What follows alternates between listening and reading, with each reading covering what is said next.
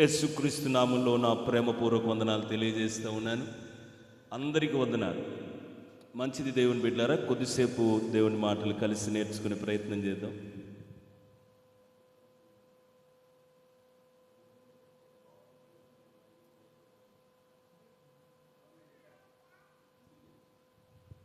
స్తోత్రం చేద్దాం. హల్లెలూయా. రైట్. ఈ సువిశాల ప్రపంచ నిర్మాణానికి పునాది కుటుంబం. నమ్మిన వారు స్తోత్రం చెప్పండి. కుటుంబమే లేకపోతే ఈరోజు ప్రపంచం లేదు. కుటుంబమే లేకపోతే దేశాలు లేవు. కుటుంబమే లేకపోతే రాష్ట్రాలు నిర్మించబడేవి కాదు. కుటుంబమే లేకపోతే జిల్లాలు లేవు. కుటుంబమే లేకపోతే మండలాలు లేవు. కుటుంబమే లేకపోతే దేవరాజుగట్టు జంక్షన్ లేదు. సో ఒక కుటుంబము ద్వారా ఈరోజు దాదాపు 800 కోట్ల జనాభాకు మించిన ఈ సువిశాల ప్రపంచ నిర్మాణం అనేది జరిగింది. Praise the lord. సో దీని అంతటిని బట్టి మనం అర్థం చేసుకోవాల్సింది ఏంటంటే, కుటుంబం అనేది ఎంత కీలకమైందో దీన్ని బట్టి మనం గ్రహించవచ్చు. దేవుని బిడ్డలారా, ఈ కుటుంబ నిర్మాణకుడు ఎవరు అంటే మనకు తెలుసు, మన ఆరాధ్యుడైన యేసుక్రీస్తు ప్రభువు. హల్లెలూయా. ఈ కుటుంబ వ్యవస్థని భూమి మీదకి తెచ్చిన దేవుడు అది ఎలాగో ఉండాలని కోరుకున్నాడు అంటే, మనం చూస్తాం ఆదికాండం 1వ అధ్యాయం 26 నుంచి 28 వరకు. ఈ కుటుంబ నిర్మాణానికి కారకులైనటువంటి ఆరంభికులైనటువంటి ఆదాము అవ్వలను చేశాక ఆయన పలికిన మొట్టమొదటి మాట ఎట్లనగా ఆయన వారిని ఆశీర్వదించెను అనే మాట మనం చూస్తాం. స్తోత్రం చెప్పండి. అంటే దేవుని యొక్క ఉద్దేశం ఏంటంటే, కుటుంబము అది ఆశీర్వాదకరంగా ఉండాలి, అది ఆశీర్వాదము పొందినదిగా ఉండాలి అన్నది దేవుని అభిమతం. అయితే అదే నిజమైనప్పుడు, బైబిల్ దాన్ని వాస్తవంగా మనకు చూపిస్తున్నప్పుడు, మరి సార్వత్రిక కుటుంబ వ్యవస్థ, ఎందుకంటే ఒక గ్రామంలో కొన్ని కుటుంబాలు ఉంటాయి, ఈ గ్రామంలో కొన్ని కుటుంబాలు ఉన్నాయి, కూడి వచ్చిన ఈ సంఘంలో కొన్ని కుటుంబాలు ఉన్నాయి. మన కుటుంబాలన్నీ కూడా దేవుడు ఆశించిన మేర ఆయన స్థాయిలో ఆయన శైలిలో ఆశీర్వదించబడాలి అంటే దానికి ప్రతి కుటుంబము చేయాల్సిన ఒక ప్రాముఖ్యమైన పని ఉంది. ఆ పని గురించి ప్రభు ఇక్కడ మోసేతో మాట్లాడుతూ ఉన్నాడు. దైవజనుడైన మోజెస్తో ప్రభు మాట్లాడుతూ ఉన్నాడు. ఇదిగో మోజెస్, నీ ముందు నేను ఒక బాధ్యతను పెట్టాను. మోసే జాగ్రత్తగా విను. నీవు ఐగుప్తులోనికి వెళతావు. ఒక బృందముగా మీరు ఈజిప్టులోనికి వెళ్తారు. ఫరోతో మీరు మాట్లాడతారు. భీకరమైన కార్యాలు నేను చేస్తాను. మీరు ఐగుప్తు నుంచి బయటికి రావాలి. వచ్చిన తర్వాత ఇదిగో ఈ పర్వతమందు మీరందరూ కుటుంబాలుగా ఈ పర్వతము దగ్గరికి వచ్చి దేవుణ్ణి సేవించాలి. స్తోత్రం చెప్పండి. అదే కదా అంటున్నాడు ఆయన. ప్రభు ఏమంటున్నాడంటే, నీవు ఆ ప్రజలను ఐగుప్తులో నుండి తోలుకొని వచ్చిన తరువాత మీరు ఈ పర్వతం మీద దేవుని సేవించెదరు అనే మాటని మనము చూస్తున్నాం. దేవుని సేవించడము అంటే చాలా పర్యాయ పదాలు ఉన్నాయి. ఈ సందర్భముగా మనం నేర్చుకునే మాట ఏంటంటే ఆరాధించడం. స్తోత్రం చెప్పండి. దేవుని దగ్గరికి వచ్చిన కుటుంబాలు దేవుణ్ణి ఆరాధించాలి. కుటుంబాలుగా దేవుని సన్నిధికి వచ్చి దేవుణ్ణి ఆరాధిస్తే దేవుడు కుటుంబాలు ఆశించిన దానికంటే ఉన్నతంగా ఆశీర్వదించడానికి తన కృప పంపుతాడు. ఆమేన్. ఆరాధించే కుటుంబాలే ఆశీర్వదింపబడే కుటుంబాలు. స్తోత్రం చెప్పండి. భక్తి జీవితంలో ఆరాధన అనేది చాలా కీలకమైన భాగం. దేవుని బిడ్డ, దేవుణ్ణి సేవించుట అనేది చాలా కీలకమైన భాగం. దీన్ని చాలామంది మర్చిపోతూ ఉన్నారు. వారికి నచ్చినప్పుడు వస్తారు, నచ్చకపోతే రారు. అనుకూలంగా ఉంటే వస్తారు, అనుకూలంగా లేకపోతే రారు. వచ్చిన వారు కూడా ఏదన్నా మంచిగా దేవునితో గడపాలని కూర్చుంటారా అంటే చాలామందిలో రకరకాల ప్రతిస్పందనలు కనిపిస్తూ ఉంటాయి. ఎందుకు ఈరోజు క్రైస్తవ కుటుంబ వ్యవస్థ దేవుడు ఆశించిన స్థాయిలో ఆశీర్వాదకరంగా లేదు అంటే దేవుణ్ణి ఆరాధించే విషయంలో వారికి ఆరాటం లేదు. దేవుణ్ణి ఆరాధించే విషయంలో దేవుడు కోరుకున్న స్థాయిలో వారికి అపేక్ష లేదు.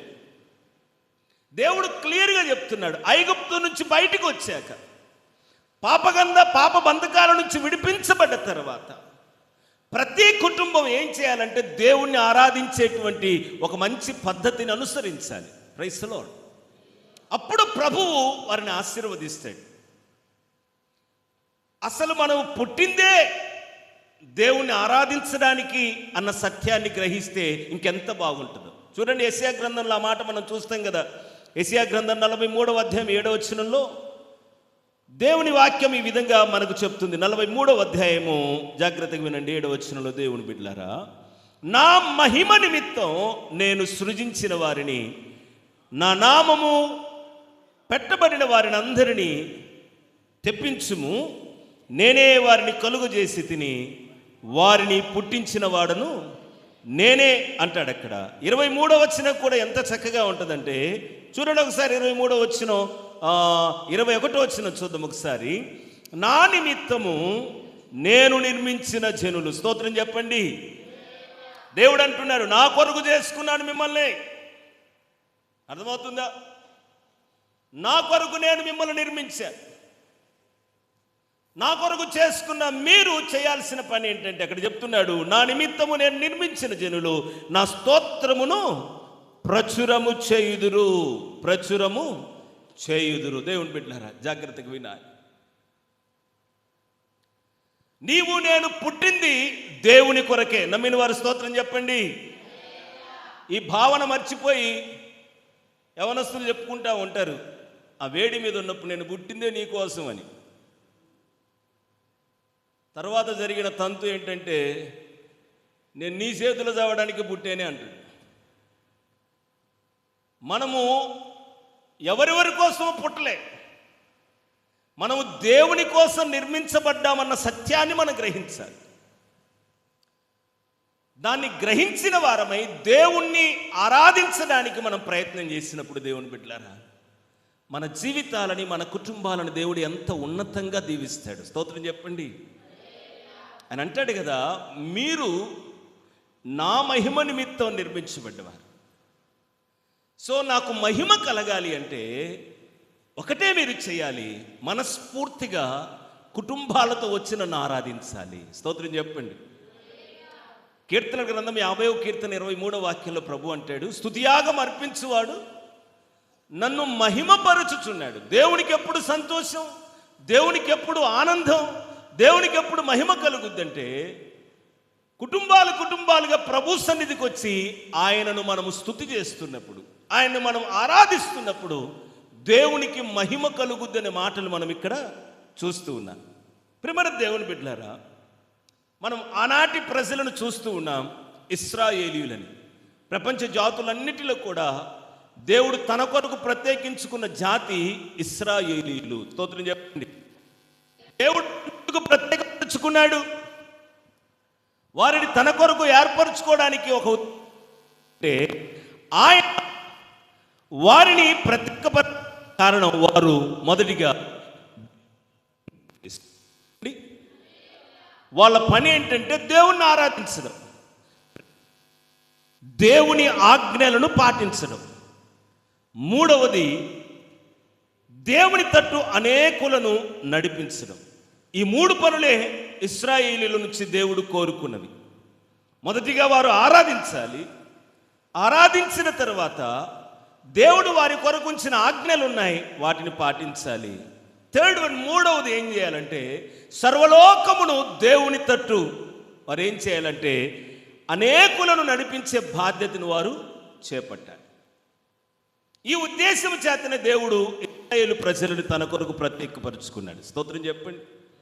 వారు దాన్ని మరిచిపోవటను బట్టి ఈ దేవుని మనస్సుకి వారు అవిధేయత చూపుటను బట్టి దాదాపుగా 400 ఏండ్లు పైబడి వారు ఐగుప్తీయులకు బానిసలుగా వెట్టి చాకిరి చేస్తూ బ్రతకాల్సినటువంటి గత్యంతరం ఏర్పడింది. అయితే వారు పెట్టిన మొరలు దేవుని సన్నిధికి చేరగా దేవుడు వారందరి మీద తన కనికరమును చూపి అద్భుత రీతిగా మోసే సారథ్యములో వారందరినీ ఐగుప్తులో నుంచి ఆయన బయటికి తీసుకుని వచ్చి కానానుకు నడిపించడానికి ఇష్టపడ్డాడు. పాలు తేనెలు ప్రవహించే దేశానికి, విశ్రాంతిలోనికి వారిని తీసుకుని వెళ్ళడానికి దేవుడు ఇష్టపడ్డాడు. స్తోత్రం చెప్పండి. అయితే వారు బయటికి వచ్చిన వెంటనే చేయాల్సినటువంటి ప్రాముఖ్యమైన పని ఏంటంటే దేవుణ్ణి ఆరాధించాలి.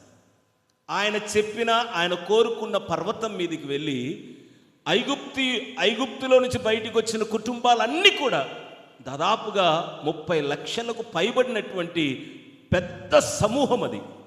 వారందరూ ఏక స్వరముతో, ఏక కంఠముతో, ఏక మనస్సుతో దేవుని ఆరాధించాలి. ఇది దేవుడు కోరుకున్నాడు. స్తోత్రం చెప్పండి. అర్థమవుతుందా?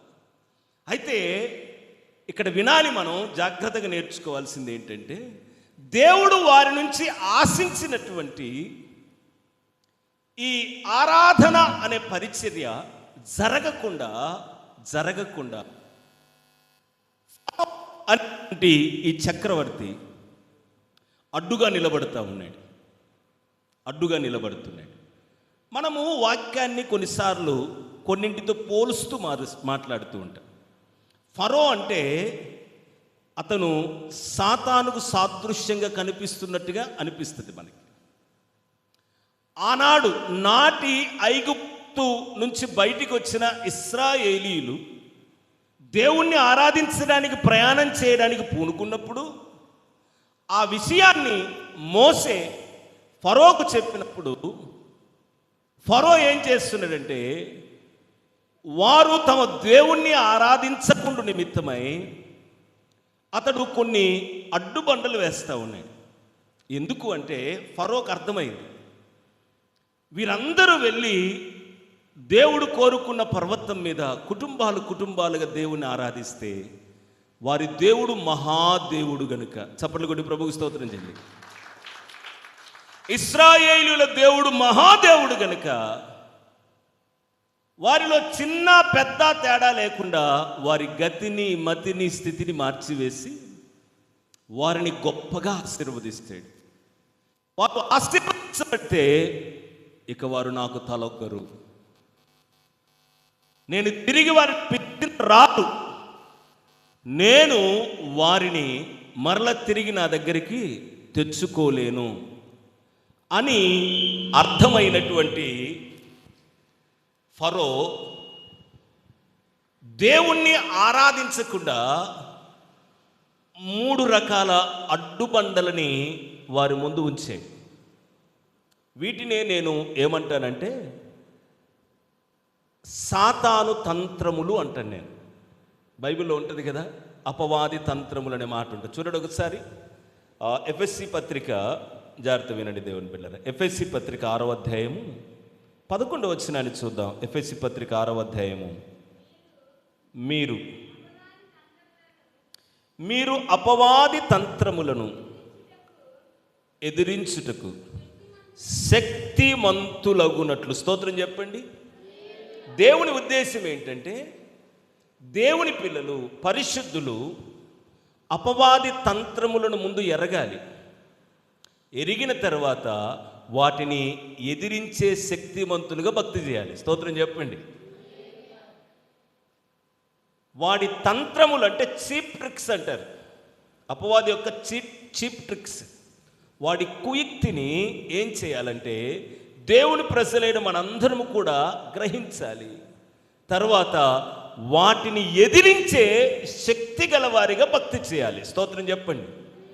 అవి ఎలా ఉంటాయో, ఫరో ఆనాటి ఐగుప్తు నుంచి బయటకు వచ్చిన ఇశ్రాయేలీయులు దేవుణ్ణి ఆరాధించకుండా ఉండు నిమిత్తమై తాను వేసిన అడ్డుబండలు ఉన్నాయే, వాటిని మనం ఈ సమయంలో తెలుసుకుంటే మన జీవితంలో కూడా యాజిటీజ్గా దాదాపుగా అలాంటి అడ్డుబండలే అపవాది మనకు వేస్తూ దేవునికి దగ్గర కాకుండా, దేవునికి దగ్గరై మన కుటుంబాలన్నీ అద్భుతమైన ఆశీర్వాదాలు పొందకుండా వాడు వాటిని మన మీద ఆపాదిస్తూ ఉన్నాడు.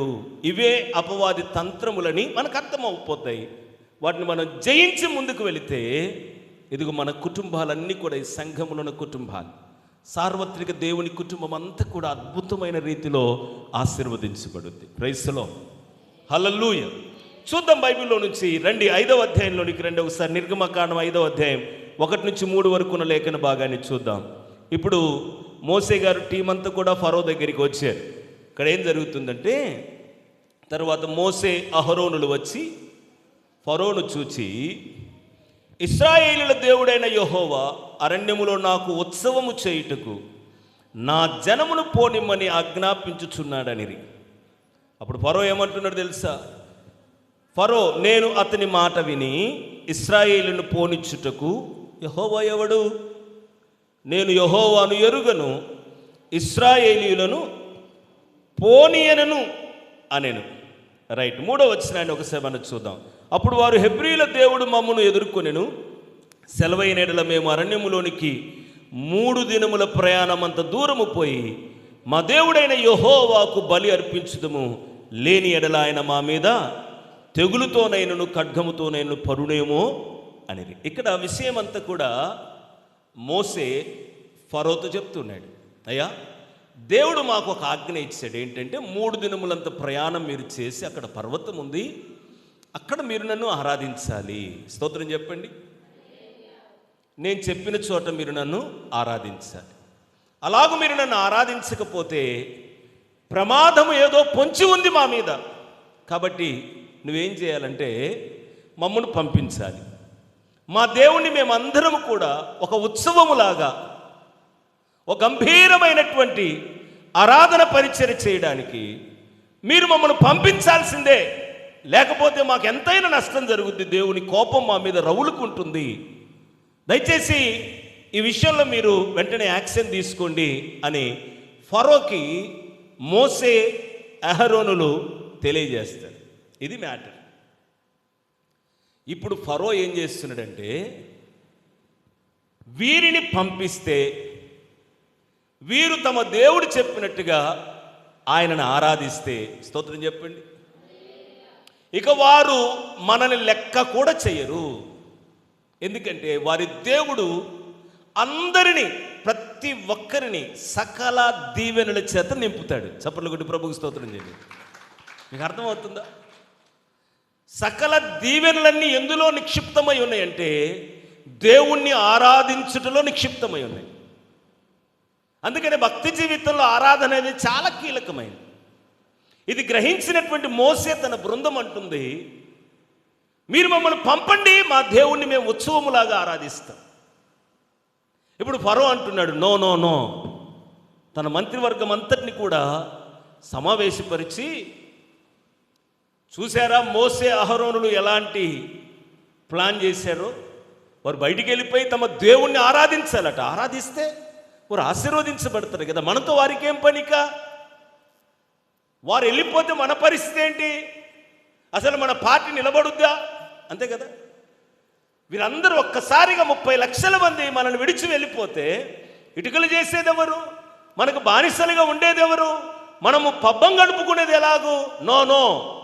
సో వీరిని వెళ్ళనిచ్చడానికి వీలు లేదని చెప్పేసి 3 రకాల అడ్డుబండలు వేశారు. మొదటి అడ్డుబండ ఏంటంటే, చూడండి ఒకసారి, దానిపై నేను చెప్పాను, ఇవి అపవాది తంత్రములు అన్నమాట. మొదటి అడ్డుబండ ఇదే 5వ అధ్యాయం 5 నుంచి 5వ వచనం నుంచి 18 వరకు ఉన్నటువంటి లేఖన భాగాన్ని నేను చాలా స్పీడ్గా చదివే ప్రయత్నం చేస్తాను. జాగ్రత్తగా వినండి దేవుని బిడ్డలు. మరియు ఫరో, ఇదిగో ఈ జనము ఇప్పుడు విస్తరించి ఉన్నది, వారు తమ బరువులను విడిచి తీరికగా నున్నట్టు మీరు చేయిచున్నారని ఆ మంత్రివర్గముతో అనేసారు గట్టిగా, సీరియస్గా.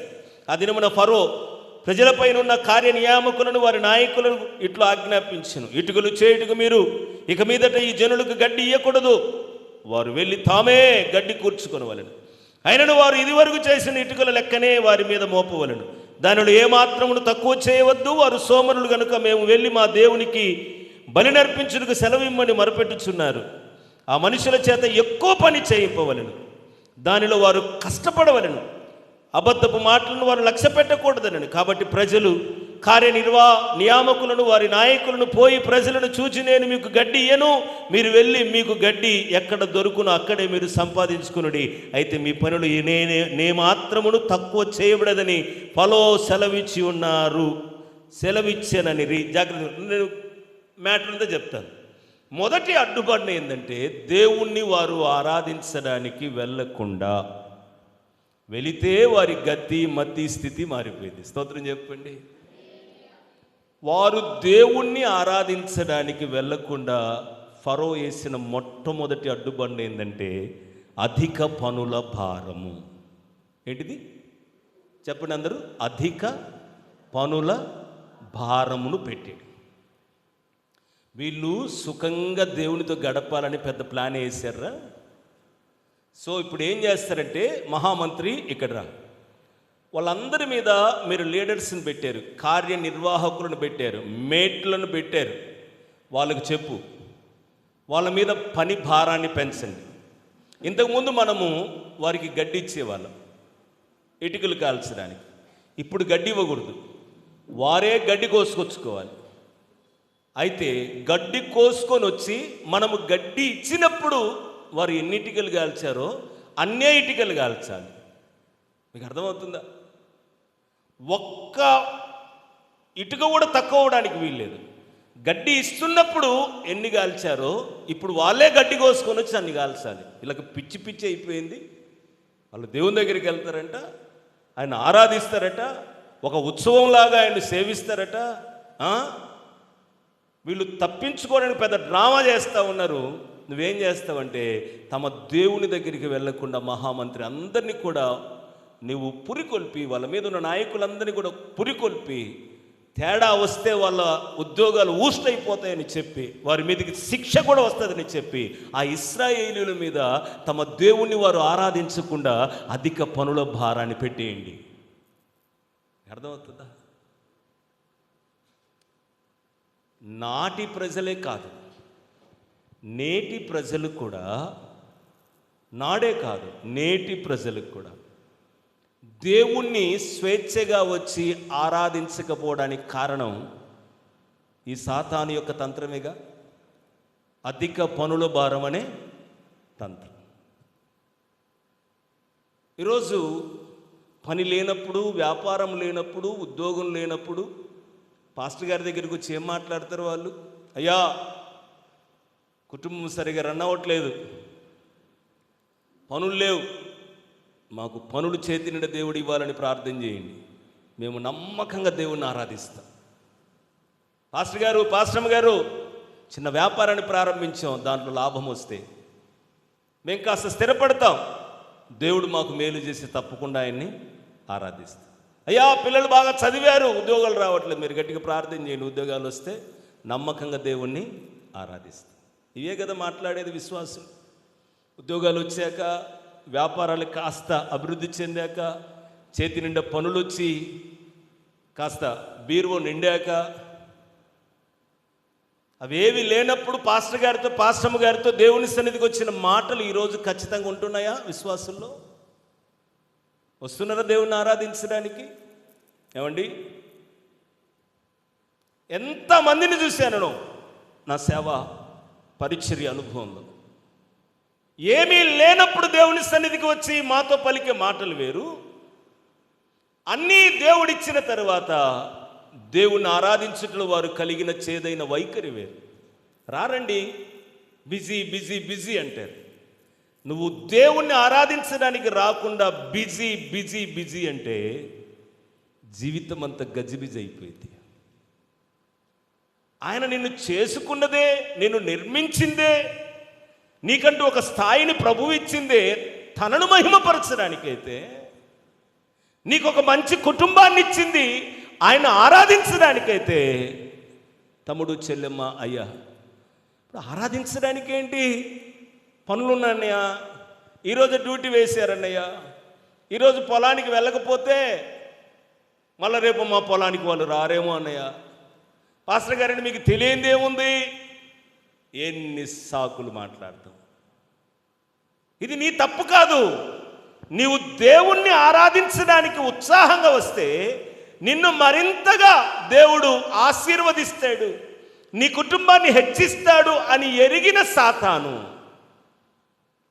నీవు నీ కుటుంబం ఆయన ఆరాధించడానికి రాకుండా వాడే వేస్తున్న అడ్డుబండి ఏంటంటే అధిక పనుల భారం. కొంతమందిని చూస్తాను ఆదివారం ఆరాధనకి రావడానికి, దాని అధికారం ఎంత కరువు పని అండి, కరువు పని కూడా వదులుకోలేరు.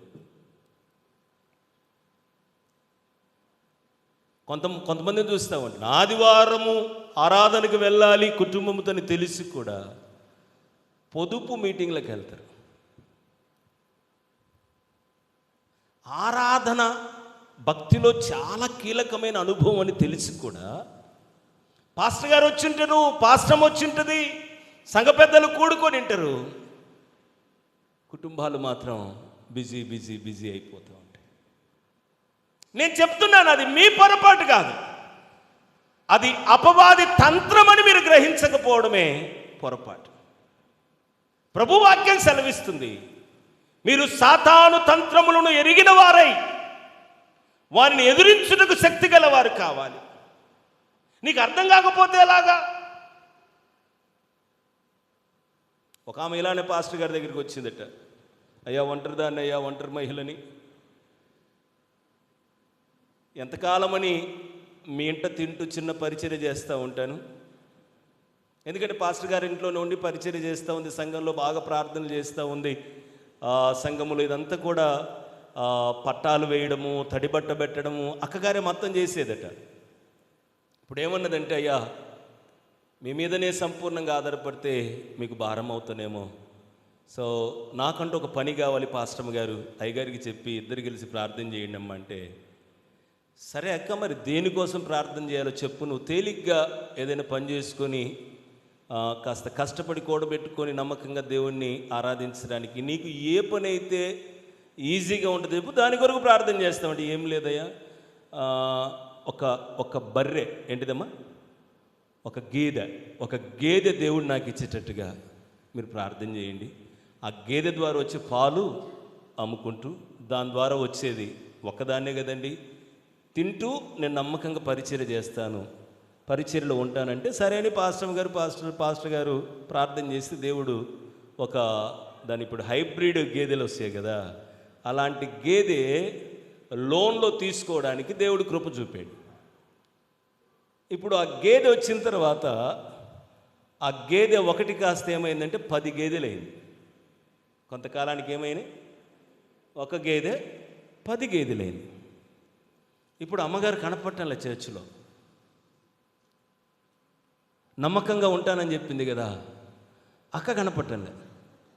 పాస్టర్ గారు ఆ ముందు వరుసలో ఉండాలి కదా అక్క, పాస్టర్ని అడుగుతా ఉన్నాడు భోజనం టైంలో, అక్క ఏంది ఈ మధ్య దాదాపుగా ఒక 2 నెలల నుంచి కనపడట్లేదు, ఆ పక్కింటి వాళ్ళని కాస్త పంపకూడదా, ఏమైనా బాగోలేదు, లేకపోతే వాళ్ళ బంధువులు ఎవరో మనకి ఇంకా తెలియదు, ఏమైనా ఎక్కడికైనా వెళ్ళిందేమో కనుక్కోమంటే వెంటనే ఆమె ఫోన్ కొట్టిందండి పాస్టమ్మ ఆ పక్కింట్లో ఉన్నటువంటి అక్కకి.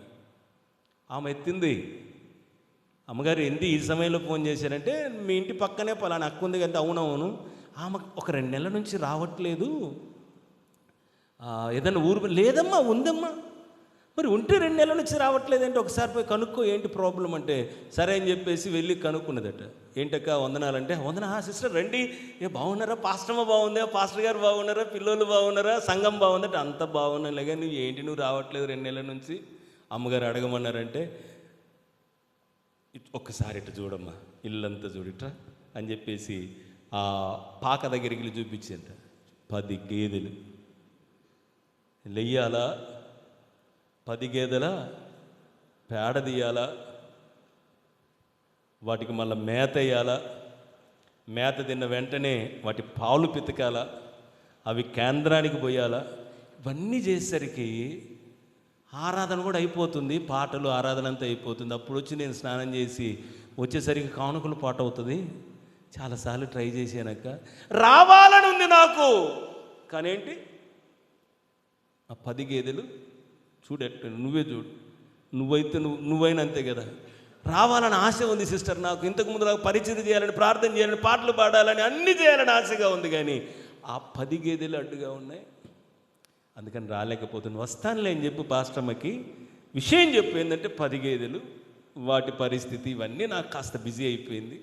అవి లేకపోతే వచ్చేదాన్ని ఇంతకు ముందులాగానే. కానీ మరి దేవుడిచ్చాడు కదా.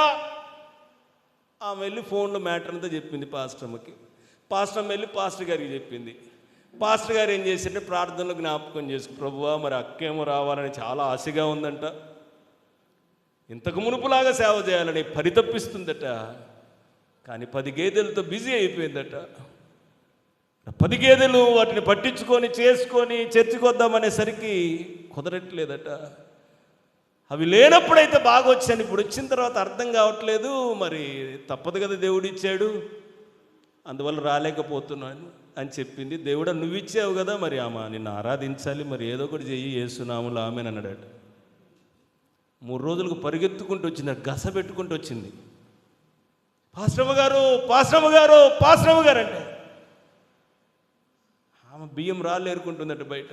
సిస్టర్ అంటే ఏం జరిగిందంటే, ఏమైందో ఒకదాని వెనకాల ఒకటి 2 రోజుల్లో 10 గేదెలు చచ్చిపోయినాయి అమ్మా.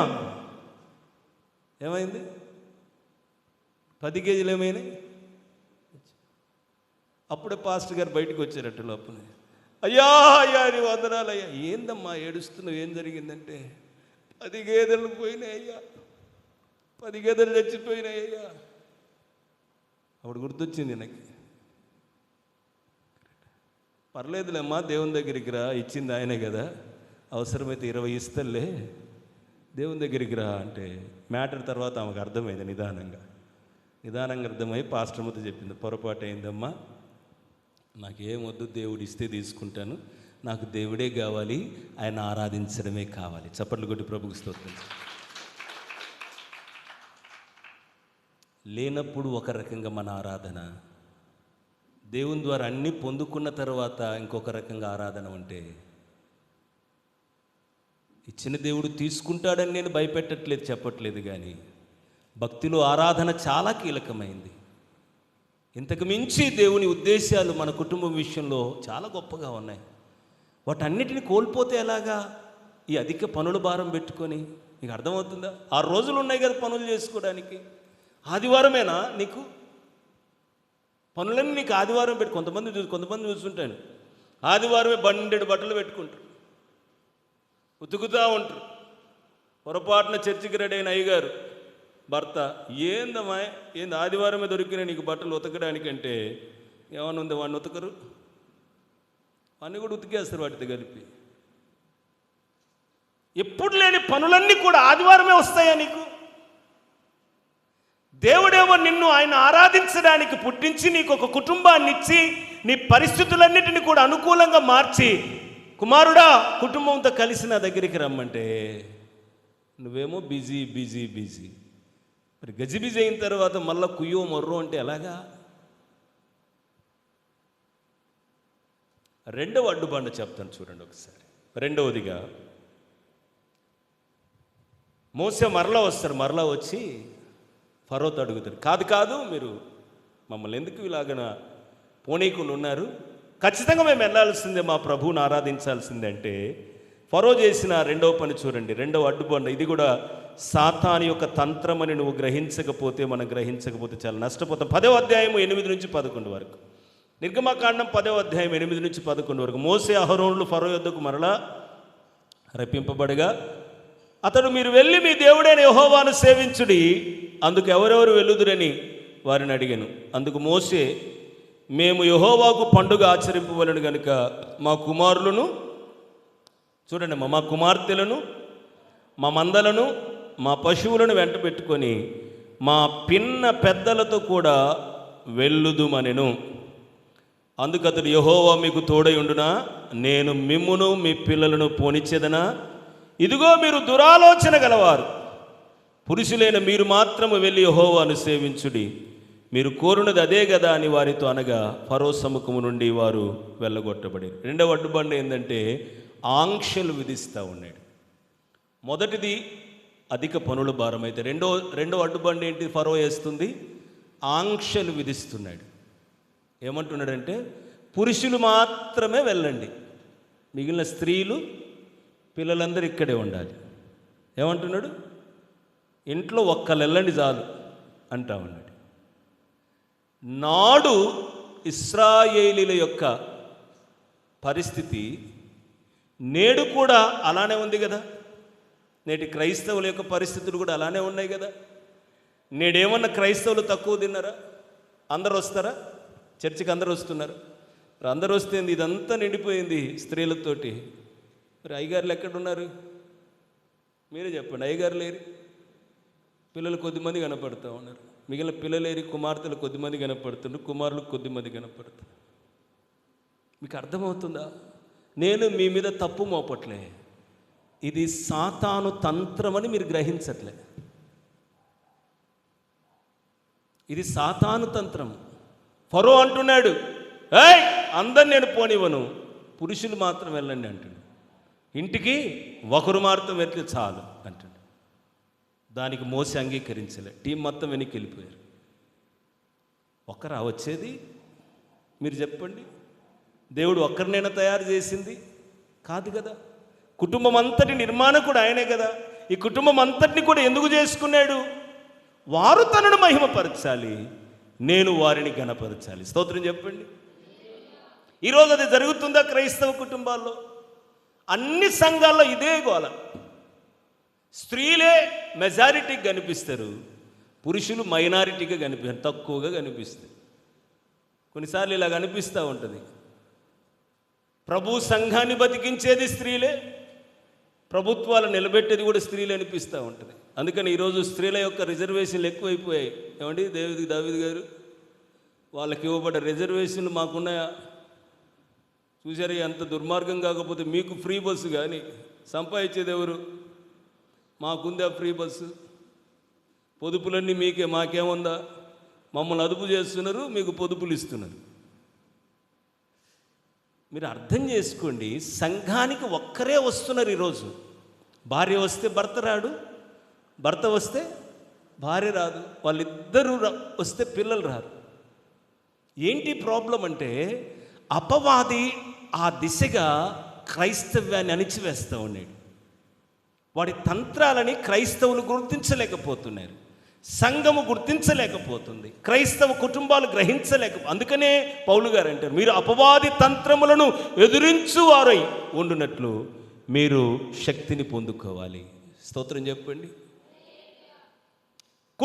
కుటుంబాలుగా ప్రభు దగ్గరికి రావాలి అన్నది దేవుని సంకల్పమైనప్పుడు, సాతాను ఆ క్రియ జరిగించకుండా నేటి సార్వత్రిక క్రైస్తవ కుటుంబాన్ని వాడు ఏం చేస్తున్నాడంటే చాలా చాలా వెనక్కి గుంజేస్తూ ఉంటాడు. ఇంట్లో కూడా ఏమంటారంటే, ఒకళ్ళు పోతే చాలదో అందరూ పోవాలా చర్చికి. ఏమండి, మరి పెళ్ళికి నువ్వు ఒక్కడిగా పోవచ్చుగా, మళ్ళీ ఆమె ఎందుకు, పిల్లలు ఎందుకు? పెళ్ళిళ్ళకి కుటుంబం మొత్తం పోవాలి, పేరెంటాలకి కుటుంబాలన్నీ పోవాలి, దినాలకు కూడా కుటుంబం అంతా పోవాలి, అన్నింటికి కుటుంబం అంతా పోవాలి. కానీ చర్చికి మాత్రం ఒక్కరు పోతే చాలు. అందులో కొంతమందికి సభ్యత్వం కోసం వచ్చేవాళ్ళు ఉన్నారు, ఆరాధించడానికి కాదు. ఎందుకు ఈరోజు క్రైస్తవం చల్లారిపోతూ ఉంది? ఎందుకు మేమందరం కూడా క్షేమాభివృద్ధి కూడికలు పెట్టుకోవాల్సి వచ్చిందంటే, ఇదిగో సాతాను తంత్రాలు మీకు అర్థం కావట్లేదు. వాటిని తెలుసుకొని జయించి కుటుంబాలుగా దేవుని సన్నిధికి వచ్చి ఆరాధిస్తేనే సర్వలోకానికి మనము ఆశీర్వాదకరంగా ఉంటాం. నమ్మిన వారి స్తోత్రం చెప్పండి. మనం ఆశీర్వదింపబడ్డం అనేది మొదటి మెట్టండి. ప్రాముఖ్యమైన మెట్టు ఏంటంటే, మనమే ఆశీర్వాదకరంగా ఉండాలి ఇతరుకి. ఈ స్థాయిలోనికి వెళ్ళాలి అంటే సాతాను చీప్ ట్రిక్స్ నీ మీద ఉన్నాయి. నాడు ఫరో ఏ విధంగా ఇశ్రాయేలీయులను దేవుణ్ణి ఆరాధించకుండా అడ్డుబండలు వేసాడో, నేడు సాతాను క్రైస్తవ కుటుంబాలకు ఇవే అడ్డుబండలు వేస్తా ఉన్నాడు. మొదటిది ఏంటిది? అధిక పనుల భారం అనేటువంటి చీప్ ట్రిక్, తంత్రం. రెండవది ఆంక్షలు విధిస్తాడు వాడు. నువ్వు ఒక్కదాని వెళ్ళులే, లేకపోతే నువ్వు కూర్చో, పిల్లలు నీ దగ్గర పెట్టుకో, పనులు ఉన్నాయి కదా, పిల్లలకి హోంవర్క్ ఉంది కదా, నేను పోయేస్తాను. మమ్మీ డాడీ ఏదో పని పెట్టుకుంటారు, పిల్లల్ని పంపుతారు, మీరన్నా వెళ్ళండిరా సండే స్కూల్కి. ఈ వైఖరి ఎప్పుడైతే మారుద్దో క్రైస్తవ కుటుంబాల్లో, దేవుని సమృద్ధి ఆశీర్వాదాలు క్రైస్తవ కుటుంబాలకు అందుతాయి. నమ్మిన వారి స్తోత్రం చెప్పాను. చివరి మాట చెప్పి నేను ముగిస్తాను. మూడవది, ఫరో వేస్తున్న అడ్డుబండ ఏంటంటే 24వ వచనం, నిర్గమకాండం 10వ అధ్యాయము 24 నుంచి 26 వరకు ఉన్న లేఖన భాగాన్ని చూద్దాం. నిర్గమకాండం 10వ అధ్యాయము 24 నుంచి. ఫరో మోసేను పిలువనంపి, మీరు వెళ్ళి యెహోవాను సేవించుడి. చూడు ఎంత మంచి మాట అంటున్నాడు కదా. ఇప్పుడు దారిలోకి వచ్చినట్టున్నాడు కదా, ఫరో దారిలోకి వచ్చినట్టున్నాడు కదా. మనకు అలా అనిపిస్తుంది. కీలకమైన అడ్డుబండ వేస్తున్నాడు. చూడండి ఒకసారి ఏమంటున్నాడు తెలుసా? మోసే, మీరు వెళ్ళి యెహోవాను సేవించుడి, మీ మందలు మీ పశువులు మాత్రమే ఇక్కడ ఉండవలను, మీ బిడ్డలు మీతో వెళ్ళవచ్చుననగా. మోసే ఏమంటున్నాడు? మేము మా దేవుడైన యెహోవాకు అర్పింపవలసిన బలుల నిమిత్తమును హోమార్పణముల నిమిత్తమును నీవు మాకు పశువులను ఇవ్వవలెను, మా పశువులను మాతో కూడా రావలను, ఒక్క డెక్క అయినా విడవబడదు. మా దేవుడైన యెహోవాను సేవించుటకు వాటిలో నుండి తీసుకొనవలెను. మేము దేనితో యెహోవాను సేవింపవలెనో అక్కడ చేరక మునుపు మాకు తెలియదన్న. మూడవ అడ్డుబండ ఏంటంటే, ఫరో అనుకుంటుండేమనంటే, సరే మొదట నేను వీరిని ట్రై చేశాను అధిక పనుల భారమని, వీళ్ళు మళ్ళీ ఏదో ప్రార్థన చేశారు, వాళ్ళ దేవుడు నా మీదకి శిక్ష పంపాడు. ఇప్పుడు రెండోసారి ఏమైండు? ఫరో కాస్త తగ్గి ఆంక్షలు విధించాడు. సరే ఒక్కళ్ళు వెళ్ళండి అన్నాడు. దానికి కూడా మోసే ఒప్పుకోకుండా వెనక్కి వెళ్ళిపోతాడు. మళ్ళీ దేవుడు ఏం చేస్తాడంటే ఫరో మీదకి ఉగ్రత పంపుతాడు, ఒక నష్టం జరుగుతుంది. ఇప్పుడు ఫరోకి కాస్త జ్ఞానోదయం కలిగి మళ్ళీ మోసేని టీం అంతరిని పిలిపిస్తాడు. బాబు మీరు అందరు వెళ్ళండి, మీ పిల్లలు వెళ్ళండి, మీ భార్యలు వెళ్ళండి, మీరు వెళ్ళి మీ దేవుణ్ణి సేవించుకొని ఆరాధించుకొని, నో ప్రాబ్లం. అయితే ఏం చేస్తుంది తెలుసా? మూడవ అడ్డుబండ పేరు అర్పణలు ఆపివేయుట. ఏంటిది మూడవ అడ్డుబండ? ఏంటిది? అర్పణలు ఆపివేయుట. అంటే మీ పశువులు, మీ మందలు, మీకు సంబంధించిన ఆస్తి అంతా కూడా ఎక్కడే పెట్టి మీరు మాత్రమే వెళ్ళాలి దేవుణ్ణి ఆరాధించడానికి. అర్థమవుతుందా? వాడి ట్రిక్ అర్థమైందా? మోసే చెప్తుంది, ఇవన్నీ మా దేవునికి చెందినవి. స్తోత్రం చెప్పండి. మా దేవునికి చెల్లించవలసినవి, మా దేవునికి చెందినవి ఇక్కడ పెట్టి అక్కడికి మేమేం సేవిస్తాం? నథింగ్. అవన్నీ మాతో రావాల్సిందే అని అంటాడు. కుదరదు, పోతే మీ అందరు కుటుంబాలు పోండి, మీ ఆవదాస్తి ఇక్కడ పెట్టి వెళ్ళిపోండి. మీకు అర్థమవుతుందా? నాడు ఏ విధంగా ఫరో అర్పణలను ఆపివేయుటని అడ్డుబండ వేశాడో, నేటి సార్వత్రిక క్రైస్తవ సంఘములు ఇదే కూడా జరుగుతుంది. ఇదేనా జరుగుతుంది? అవునా లేదా? ఎంతమంది దేవుని సన్నిధికి వచ్చేటప్పుడు దేవునికి చెందవలసినవి, దేవునికి చెల్లించవలసినవి దేవుని దగ్గరికి ఆరాధనకు తెస్తున్నారనేది ప్రశ్న. అర్థమవుతుంది? 100వ కీర్తన 100వ కీర్తన 4వ చరణంలో ఏముంటుందంటే, కృతజ్ఞతార్పణలు చెల్లించుచు ఆయన గుమ్మములలో ప్రవేశించుడి. ఎలా రావాలట? వచ్చేటప్పుడు ఎలా రావాలి? కృతజ్ఞత అర్పణలు చేత పట్టుకొని రావాలి. కృతజ్ఞత అర్పణ అంటే ఏంటో తెలుసా? మేలు పొందిన తర్వాత పొందిన మేలు కొలది దేవుడు ఆయన పని కొరకు చెల్లించవలసిన అర్పణ ఒకటి ఉంటుంది, దాన్ని చేత పట్టుకొని రావాలి. ఊరికి ఒట్టిగా చేతులు ఊపుకుంటూ ఊగులాడుకుంటూ వస్తే కుదరదు. అది నిజమైన ఆరాధన కాదు. ఏమండి, మనకు తెలిసినటువంటి ఒక మంచి అధికారి ఉన్నాడు, దావీదు గారు. అతన్ని కలవడానికి వెళ్తున్నాం, ఒట్టి చేతులతో ఊగులాడుకుంటూ వెళ్తామా?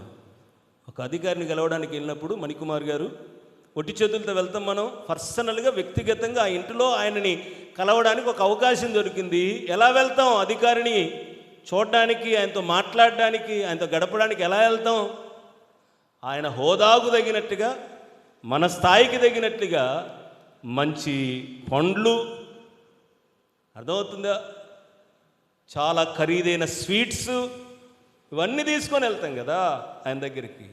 మరి నువ్వు ఎక్కడికి వస్తున్నావు? ఆదివారం ఎవరి దగ్గరికి వస్తున్నావు నువ్వు? అధికారులందరినీ, నిన్ను నన్ను, ఈ సువిశాల ప్రపంచం అంతటిని నిర్మించిన సృష్టికర్తను ఆరాధించడానికి వస్తున్నప్పుడు ఒట్టి చేతులతో రావడం ఎంతవరకు అది న్యాయం? అర్థమవుతుందా? చదువుతున్న ఎందుకు క్రైస్తవులకు ఉద్యోగాలు రావట్లే? వ్యాపారాలు ప్రారంభించిన ఎందుకు క్రైస్తవుల వ్యాపారాలు వృద్ధి చెందట్లే? ఎందుకు క్రైస్తవుల యొక్క పొలాలు సమృద్ధిగా పండట్లే? ఎందుకు అనుకున్న టైంలో అనుకున్న కార్యాలు క్రైస్తవ కుటుంబాల్లో జరగట్లేదంటే, దేవునికి వారు ఏమి ఇవ్వవలనో తెలిసి కూడా అవి ఇవ్వడానికి వెనకాడుట వలనే అనేది ఖచ్చితంగా నమ్మాలి. దేవుడు ఎన్నో విషయాలు చెప్పాడు బైబిల్లో. నేను మీకు సమృద్ధిని ఇస్తాను, మీరు సమృద్ధిని పొందాక తిరిగి ఏమి నా మందిర పరిచర్య జరుగు నిమిత్తమై, నా సేవకులు మీకు పరిచర్య ఘనంగా చేయి నిమిత్తమై ఏమి తీసుకొని రామన్నానో వాటిని తీసుకొని వస్తేనే తిరిగి మరింత సమృద్ధి మీకు కలుగుద్ది. ఏది తక్కువ కాకుండా నేను చేస్తానని ప్రభు ఈ బైబిల్లో ఎన్నో విషయాలు చెప్పాడు. అవి వింటారు క్రైస్తవులు, అవి చదువుతారు. ఇంకా కొంతమంది అయితే యూట్యూబ్లో ఈరోజు ఇంటర్నెట్ వచ్చాక దశంభాగాల గురించి ఎంత దారుణమైనటువంటి ప్రసంగాలు చెప్తున్నారు సేవకులు. అర్థమవుతుందా? విశ్వాసులు కూడా అలానే తయారైపోయారు. దేవుడు చెప్పాడండి, సేవకులు చెప్పాడేంటి? బైబిల్ చదవండి. 10వ భాగము దేవునిది. స్తోత్రం చెప్పండి. దేవునిదంతా కూడా ఆయన సేవకులది, అంతకుమించి ఇంకేం లేదు. నీది కాదు కదా 10వ భాగం, నాది కాదు కదా 10వ భాగం. మీకు తెలుసో లేదు, నేను 10వ భాగం ఇవ్వడం మానేశా. నేను 10వ భాగం ఇవ్వడం మానేశా. 20వ భాగం ఇస్తున్నా నేను. మీకు అర్థమవుతుందా? 20%, 10% పోయింది. ఎప్పుడు పోయింది? 20% తీస్తూ ఉన్నా నేను. తీసి దేవుని పని కొరకు వాడుతూ ఉన్నా. అర్పణలు ఆపివేస్తే ఆశీర్వాదాలు ఆగిపోతాయి. నేను మీరు ఇవ్వండి అని మిమ్మల్ని బలవంత పెట్టట్లేదు. దేవునికి ఇవ్వండి అని జస్ట్ ఊరికి హెచ్చరిక చేస్తాం. ఎంత విస్తారంగా క్రైస్తవ కుటుంబాలు దేవుడు దీవిస్తాడో. స్తోత్రం చెప్పండి. ఫరోకు అర్థమైంది, అర్పణలు అంటే వారి యావదాస్తిని నా దగ్గర పెట్టేసుకొని వీళ్ళని ఎంటీగా తమ దేవుని దగ్గర పంపితే మరలా వాళ్ళు తిరిగి నా దగ్గరికే వస్తారు, వాటి కోసం వస్తారు అని చెప్పి పెద్ద ట్రిక్ వేసాడు వాడు. అపవాది అదే కదా చేస్తుంది. నీలో తప్పు లేదు బిడ్డ, కానీ అపవాది దేవునికి చెందవలసినవి నీవు దేవుని దగ్గరికి తీసుకుని వెళ్ళకుండా ఆపుతున్నాడన్న సంగతి నీకు అర్థం కావట్లేదు. ఇది నువ్వు అర్థం చేసుకో. సేవ విస్తారంగా జరుగుతుంది. అర్థమవుతుందా? ప్రతి నెల ఒక సంఘ క్షేమాభివృద్ధి కూడిక పెట్టడం అంటే ఆశామాశయా? అర్థమవుతుందా? నేను కూడా చేస్తూ ఉంటాను. దూర ప్రాంతం నుంచి ఒక సేవకుని తీసుకొని రావాలి, సంగీతం తీసుకురావాలి, అవసరం అవుతాయి. చాలా ఉన్నాయి పనులు. మన కుటుంబాలు విస్తారమైన దీవెనలను స్వతంత్రించుకోవాలంటే మీ ఇవ్వమని చెప్పట్లే, మీ ఇస్తే ఇంకా సూపర్ డూపర్ దీవెనలు వస్తాయి. స్తోత్రం చెప్పండి. దేవునికి అండి చాలు. దేవుడు ఇమ్మన్నవి తెమ్మన్నవి ఇంట్లో దాచిపెట్టకుండా, ఇంట్లో ఆపివేయకుండా వచ్చేటప్పుడు, చర్చికి వచ్చేటప్పుడు తీసుకురండి. ఆమేన్. Praise the Lord. మీ పిల్లలకు మంచి ఉద్యోగాలు దాని టైంలో వస్తాయి, వివాహాలు చక్కగా జరుగుతాయి, పొలాలు పండుతాయి, వ్యాపారాలు బాగా సాగుతాయి, ఉద్యోగాల్లో మెప్పు ఘనత వస్తుంది. నేను బైబిల్ నుంచే మాట్లాడుతున్నాను. ఎవరైనా విమర్శించడానికి ట్రై చేస్తే నా దగ్గరికి పర్సనల్గా రండి. యూట్యూబ్లో కాదు, నా నెంబర్ తీసుకొని పర్సనల్గా అడగండి. లేఖనాలను క్లియర్గా చూపిస్తాను. ఈరోజు ఎందుకు క్రైస్తవ కుటుంబాల్లో నిస్సహాయత, ఎందుకు క్రైస్తవ కుటుంబాల్లో క్షేమాభివృద్ధి లేదు అంటే, ఇదిగో ఈ ట్రిక్ వాళ్ళకి అర్థం కావట్లేదు. అపవాది తంత్రం అని అర్థం కావట్లే. అర్థం చేసుకొని జయించి దేవుని దగ్గరికి వచ్చే విధానాన్ని మర్చిపోతుంది. సంఘ పెద్దలారా, దేవుని సంఘమా, స్త్రీల సమాజమా, యవనస్తులారా, మన దేవుడు మనల్ని అత్యధికంగా ఆశీర్వదించే దేవుడు. స్తోత్రం చెప్పండి. రెండింతలుగా వర్ధిల్ల చేసే దేవుడు. స్తోత్రం చెప్పండి. తలగా ఉంచే దేవుడు. హల్లెలూయా. పైవారిగా ఉంచే దేవుడు. హల్లెలూయా. ఇవన్నీ జరగాలి అంటే అపవాది చీప్ ట్రిక్స్ నిన్ను అడ్డగిస్తూ ఉన్నాయి. నీవు నీ కుటుంబము దేవుని దగ్గరికి వచ్చే విధానములో వచ్చి రాదగినట్లుగా వచ్చి ఆయనను ఆరాధించవలసినట్లుగా ఆరాధించి కృప పొందకుండా వాడు ఈ తంత్రాలు అడ్డుపడేస్తూ ఉన్నాడు. ఏంటంటే 4 వారాలు ఎందుకు పోవడం, 1 వారం పోతే చాలు. పని చేసుకోకపోతే ఎట్ట జరుగుద్ది? రెక్కాడితే డొక్కాడుద్ది. ఎవడిచ్చారు నీకు ఆ పని? దేవుడు కదా. చేయడానికి శక్తి ఎవరిచ్చారు? జస్ట్ అట్లా కన్ను మూసుకుంటే శక్తిహీనుడు అవుతావు, బలహీనురాలు అవుతావు, మంచానికి అతకపోతావు. మళ్ళీ పాస్టర్ గారు పాస్టర్ వెళ్ళి విజిటింగ్ చేయాలి. అక్కడ దాకా ఎందుకు మనకి? దేవుని దినాన్ని దేవునికి ఇచ్చేయాలి కదా, దేవుని ఆరాధించే క్రమాన్ని పాటించాలి కదా. ఈ ఈసీఏ సంఘములో ఉన్న ప్రతి కుటుంబం అత్యధికంగా దేవుని చేత ఆశీర్వదించబడునుగాక. ఈ సంఘము దైవిక క్షేమాభివృద్ధి చేత నింపబడునుగాక. ఈ చీప్ ట్రిక్స్ ఉన్నాయి, అపవాది చీప్ ట్రిక్స్, వాటిని మీ ముందు పెట్టాను.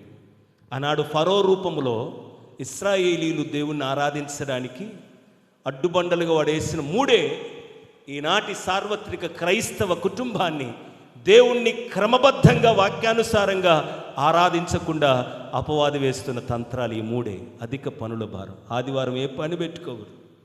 దేవుని పరిచర్య ఉందంటే పనులన్నీ త్వరగా చేసుకుని వచ్చేసేయాలి. మధ్య వారాల్లో ఆరాధించే అవసరత ఉంది, కూడిక ఉంది అంటే అన్ని చక్క మొత్తం చేసేసుకొని కుటుంబాలుగా రావాలి. స్తోత్రం చెప్పండి.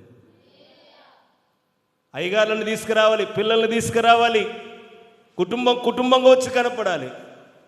కుటుంబాలన్నీ వస్తే చర్చి పడుతుందా? ఇది పాస్టర్ గారు పడుతుందా అండి చర్చి? కానీ మీకున్న అదృష్టం ఏంటంటే ముందు చాలా ఉంది స్థలం. ఈ వాక్యము ఈ సంఘములో 100 పనిచేయునుగాక. మరలా చెప్పండి ఆమేన్. అదే జరిగితే దీనంతా పగలగొట్టి మొత్తం చర్చి వేసిన, బాల్కనీ వేసినా సరిపోదు. అలా జరుగునుగాక. పెద్దలు అలాంటి చర్యలు తీసుకోవాలి. మనందరం కలిసి రావాలి. పనులు పక్కన పెట్టాలి. ఆదివారం అంతే ఒక నిర్ణయం తీసుకోవాలి. మన ఊరు జిల్లా మొత్తానికి కనపడేట్టుగా దేవుడు వర్ధిల్ల చేస్తాడు. అంతే. సాతాని ట్రిక్స్ అండి ఇవన్నీ. మనం దీవించబడకుండా జయిద్దాం. రెండవది ఏంటంటే వాడు ఆంక్షలు విధిస్తాడు. ఒకరు బోధి చాలే అని కాదు, అందరం రావాలి. స్తోత్రం చెప్పండి. మూడవది వాడి ప్లాన్ ఏంటో తెలుసా? పోతే పోయినలే కానీ పాస్టర్ బాగా లావ్ అయిపోతాడేమో, అవన్నీ వద్దులే.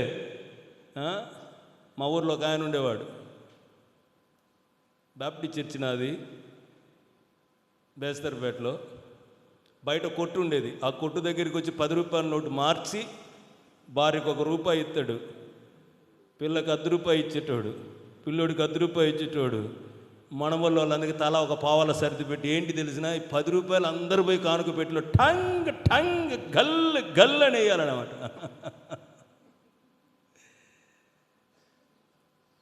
నేను అనుకుంటాను, అంటే 10 రూపాయలేనా దేవుని దగ్గర తీసుకొచ్చి? అదేనా దేవుడు చెప్పింది? ప్రథమ భాగం ఏమైంది? ప్రథమ ఫలాలు ఏమైనాయి? కృతజ్ఞతార్పణలు ఏమైపోయినాయి? 10వ వంతు ఏమైపోయింది? సేవకుని భాగం ఏమైపోయింది? మొక్కుబడి కానుకలు ఏమైపోయాయి? అన్ని ఇంట్లో పెట్టేస్తావా? దేవుళ్ళు ఎక్కడగడ నిన్ను? దేవుడు ఇవ్వాలనుకుని నీకు ఎలా వస్తాయి? వాటితో సరిపెట్టుకుంటావా? వాటితో సరిపెట్టుకుంటే నీ ఇంటి పక్కన క్రమంగా దేవుణ్ణి ఆరాధిస్తున్నవారు నిన్ను మించి వెళ్ళిపోతావు. అంటే ఎంత దిగులు పడతావు, ఎంత చింతపడతావు అర్థమవుతుంది నీకు. ఇక్కడ నేను ఒక సెకండ్ హ్యాండ్ బైక్ తీసుకుని దూరణాలకు వచ్చాను సేవకి. ఇప్పటికి 3 బైకులు మార్చా, 2 కార్లు మార్చా. ఒక కారు మార్చి 2వ కారు వాడతాం. ఇది ఇప్పటికీ నా స్థాయి. తర్వాత ఇంకేమవుతుందో నాకు తెలియదు. అదేంటి పాస్టర్ గారు అంటే, నేను చెప్తున్నాను, విశ్వాసులైన మీరు కష్టపడి పని చేస్తున్న దానిలో దేవునికి భాగాన్ని తీసుకొస్తున్నారు. నేను నా జీవితాన్నే దేవునికి ఒక భాగంగా సమర్పించిన. స్తోత్రం చెప్పండి. రవికుమార్ గారు తన జీవితాన్నే ఒక భాగంగా దేవునికి ఇచ్చేసారు. మీరు 10వ భాగం ఇస్తే మా జీవితాన్నే 10వ భాగంగా దేవుని చేతులు పెట్టి ఎంత విస్తరింపజేస్తారు మమ్మల్ని. అర్థమవుతుందా? అంతే. మనం బాగుంటేనే కదండి సమాజం బాగుండేది. స్తోత్రం చెప్పండి. మనం బాగుంటేనే కదా దేవుడు దేశాన్ని బాగు చేసేది. ఈ సీక్రెట్ మీకు అర్థమైందా? అది జరగాలనే రవి గారు ప్రతి నెల ఈ కూడిక పెట్టుతున్నాడు. ఆయన ఎలా చేస్తున్నాడో నాకు తెలియదు. నన్ను పిలవగానే వచ్చేసాను నేను. ఇక్కడికి వచ్చాక ఎలాంటి పరిస్థితులను ఎదుర్కొన్నా నాకు తెలుసు. ఎందుకంటే మీ పాస్టర్ గారు అంటే నాకు అంత గౌరవం. ఒకటే చెప్తున్నాను, ప్రభువు మీకు చెప్పమన్న సందేశాన్ని చెప్పి వెళ్తున్నాను. దేవుని చిత్తమై ఆయన రాకడ నా పోకడ ఆలస్యం అవుతాయి. ఎప్పుడైనా మరలా వస్తే మీలో కనీసం సగం మంది అయినా మా పరిస్థితులన్నీ గొప్ప ఆశీర్వాదంగా మారిపోయాయి పాస్టర్ గారు. ఆనాటి వర్తమానాన్ని మేము విని అనుసరించడం ద్వారా అని చెప్పుదురుగాక. సంఘము పట్టజాలనటువంటి దేవుని ఆత్మల చేత, దేవుని కుటుంబాల చేత నింపబడి వర్ధిల్లునుగాక. ఆ స్థాయిలో ఉండాలని మనస్ఫూర్తిగా కోరుతున్నాను. వారందరూ బయటికి వెళ్ళారు, ఐగుప్తును విడిచి దేవుణ్ణి ఆరాధించారు. దేవుడు కోరుకున్న స్థాయిలో మన ఇశ్రాయేలీయులందరూ కూడా దీవించబడ్డారు. ఈ 3 ఆంక్షలు జయించారు వాళ్ళు. చెప్పాడు మోసే, మా దేవునికి మేము అర్పించవలసినవి తీసుకుని వెళ్ళకపోతే మా దేవుడు ఊరుకోడు, మాకు కూడా సంతృప్తి ఉండదు, పంపాల్సిందే. అంటే నేను పంపను అంటే సరే పంపాకని చెప్పి వెళ్ళిపోయారు. దేవుడు ఒక్కొక్కడిని నారదీసాడు అనమాట. అంతే, ఒక్కొక్కడిని, ఫరో మొదలుకొని అందరినీ కూడా, ఎవడెవరిని తోలు తీయాలి అందరినీ తీసి పడేస్తే ఫరో వచ్చి దండం పెట్టుకుని, నీకు దండం పెడతాను ఆయన, మీ ఆస్తులు వద్దు, మీ అర్పణలు వద్దు, మీరు మొత్తం బయటికి పోనరా బాబు అని చెప్పేసి ఐగుప్తులో నుంచి పంపేశాడు. స్తోత్రం చెప్పండి. నీవు నేను అలాగున ప్రార్థన చేయాలి. ప్రభువా, మాకు తెలియకుండానే మా మనసును గనిబిడి చేస్తా ఉన్నాడు సైతాన్ గాడు. నిజమే, మేమేదో పనులు ఏమి లేనప్పుడు నిన్ను ఆరాధించే, పనులు వచ్చాక బిజీ అయిపోయాము. లోలో ఇది అపవాది తంత్రము, మేము జయిస్తాం ప్రభు, మాకు సహాయం. ప్రార్థన చేయాలి. 2 లేదా ఇంతకుముందు ఏమి లేనప్పుడు అందరం పోయి ప్రార్థన చేస్తున్నాం. ఇప్పుడు మా ఆయన బిజీ అయిపోయాడు, నేను బిజీ అయిపోయాను, ఒక్కళ్ళం పోతున్నాం లేదా పిల్లలు పంపుతాం. అట కాదు, అందరం వస్తామని చెప్పేసి దాన్ని కూడా జయించాలి ప్రార్థనలో. స్తోత్రం చెప్పండి. 3వది నిజమే, ఇప్పుడు ఏంటంటే 1000లో 100 ఇవ్వడం పెద్ద గొప్ప విషయం కాదు, 10వ వంతు. లక్షలో 10,000 ఇవ్వడమే గొప్ప విషయం. ఆ లక్ష ఇచ్చింది దేవుడే కదా. స్తోత్రం చెప్పండి. నీది నువ్వు తీసుకో, ఆయన దానికి ఇచ్చేయి. హల్లెలూయా. గొడవేం లేదు కదా. తిరిగి మళ్ళీ లెక్కింప శక్యము కాని దీవెనలు ఇస్తానడు కదా. ఆ ట్రిక్ కూడా, అపవాది ట్రిక్ని ఏం చేయాలంటే, వాడు ఆపేస్తా ఉన్నాడయ్యా, ఇంతకుముందు బాగా ఇచ్చేవాళ్ళం మేము, ఇప్పుడు ఎందుకో మా మనసు గలిబిడి చెందింది, ఇప్పుడు అర్థమైపోయింది ఇది అపవాది ట్రిక్ మాది కాదు, మా మనసును వాడే చెరిపాడు, మళ్ళీ మేము మీకు లోబడతామని ప్రార్థనలో దేవుని పాదాల దగ్గర కూర్చొని దాన్ని జయించి, ఈ 3టిని జయించి కుటుంబాలుగా సంఘానికి వచ్చి దేవుణ్ణి ఆరాధించుదుముగాక. సకల మేలుల చేత మన కుటుంబాలు నింపబడునుగాక. ఆ విధముగా సంఘము క్షేమాభివృద్ధిలోనికి వచ్చునుగాక. తల్లు వంచండి, చిన్న మాట ప్రార్థన చేస్తాను. ప్రేమ కలిగిన తండ్రి, మీరు స్థాపించిన ఈ పరిచర్యని రానున్న దినాల్లో